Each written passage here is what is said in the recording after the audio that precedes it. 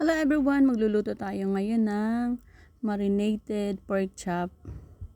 So yan, i-adobo natin yan. Binabad ko na pala yan sa toyo na may kalamansi, sibuyas, bawang, pampalasa, paminta, at syempre nilagyan ko rin ng siling labuyo. Kasi yun nga, mahilig ako sa maanghang, kaya gusto ko laging may sili. So ito na lang yung sangkap na ating ilalagay dyan. Sibuyas, bawang, siling green. So yan, igigisa na lang natin yung mga sangkap na yan. At syempre, lalagyan ko rin yan ng pineapple chunk para pang wala ng umay sa adobo. So yan, lalagay natin yan kapag luto na yung ating adobong pork chop. So ito, kailangan muna, ipiprito ko muna yun ng slight, ganyan lang. Yan, slight lang yung prito natin dyan. So ito na nga, ganito lang siya kasi lulutuin pa naman natin yan mamaya. So ganyan lang siya, slight lang yung pagkaluto. At ito nga, magigisa na tayo ng sibuyas, bawang, ayan. Diyan ko na rin yan niluto sa pinagprituan ko ng pork chop.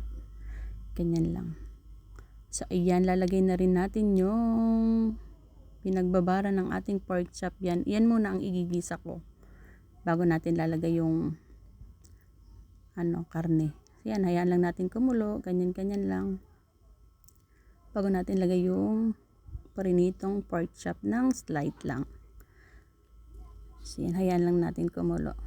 So ito na nga yung ating parinitong pork chop. Slight lang yung pagkaluto niyan, kaya ganyan yung niya, itsura niya. Dun muna yan lalagay sa ating kinisang yung pinagbabaran niyan para talaga namang malasang malasa yung ating adobo. So ito na nga, lalagay na natin yung parinito natin na pork chop. Yan.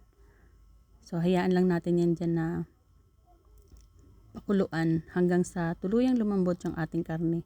Mahina lang yung natin, yung apoy.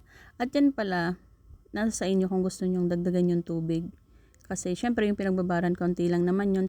Ako din nagdagan ko ng konting tubig kasi gusto nga namin pag ganito, medyo may konti naman siyang sabaw para may sabaw sa kanin. So ayan, kaya medyo dumami yung niyan, yung sabaw niyan. Dahil yung pinagbabaran plus nilagyan ko ng konting tubig. Pero depende yan sa inyo kung gusto niyo dagdagan. So ito na nga, luto na yan. Kaya nilagay ko na rin yung siling green. So yan, para mabango din yung ating adobo. At syempre, dahil nga luto na, lalagay na rin natin yung pineapple chunk. So ayan, pampatanggal lang yan ng umay sa ating adobo para may twist naman ng konti yung ating adobo. Depende naman yan sa inyo kung gusto nyo lagyan ng pineapple chunk or hindi na, pwede namang plain lang na ganyan. So ako kasi gusto ko may ganyan para naman hindi siya nakakaumay. Kaya nilagyan ko ng konting pineapple chunk para medyo matamis-tamis yung niya, yung sabaw niya.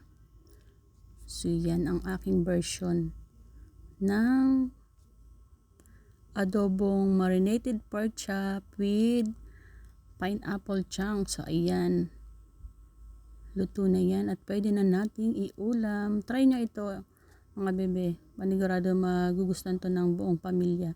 Talaga namang malinamnam itong ating adobo. So yan, pwede na tayong kumain. Thank you for watching everyone. Let's eat na!